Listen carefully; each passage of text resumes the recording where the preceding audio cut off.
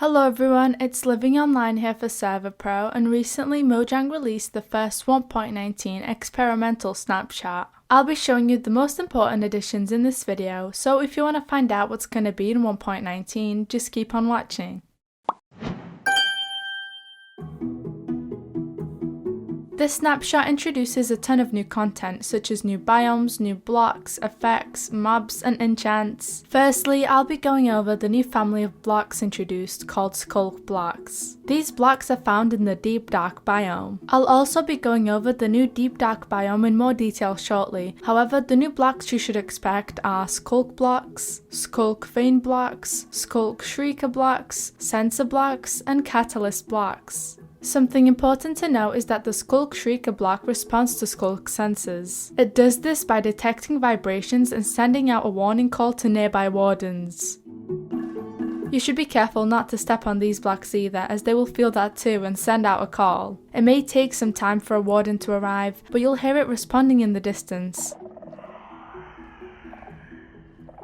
The Sculk Catalyst block is also really interesting. Whenever you kill a mob within an 8 block radius of it, it will create more Sculk blocks around that area. However, the mobs killed near these Catalyst blocks don't drop any experience. Keep in mind that all these Sculk family blocks require Silk Touch to obtain them, otherwise they'll only drop experience when mined.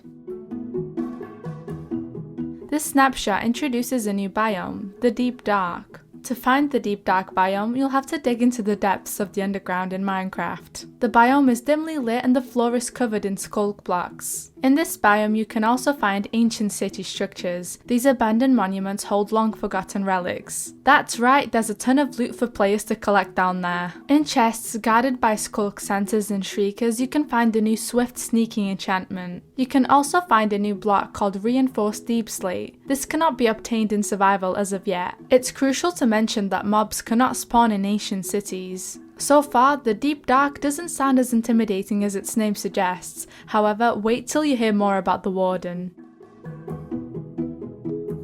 You can find the Warden in the Deep Dark as mentioned earlier, and as you can see, it's a terrifying creature with no eyes and a visible beating heart. Just like Sculk sensors, the Warden uses vibrations to navigate his environment. Sometimes you'll also see them sniffing their surroundings to track their prey. Due to Wardens being blind, you can walk near them, but make sure not to collide with one as they will notice you. Wardens are everywhere in the Deep Dark, slumbering underground. The more vibrations they detect, the angrier they get. Once the Warden's had enough, it will appear from the ground and come charging. In the Warden's presence, it's very likely you'll receive the new Darkness effect. This effect can only be emitted by the Warden and the Sculk Shrieker. At this point, you should probably run, or it's safe to say you're dead.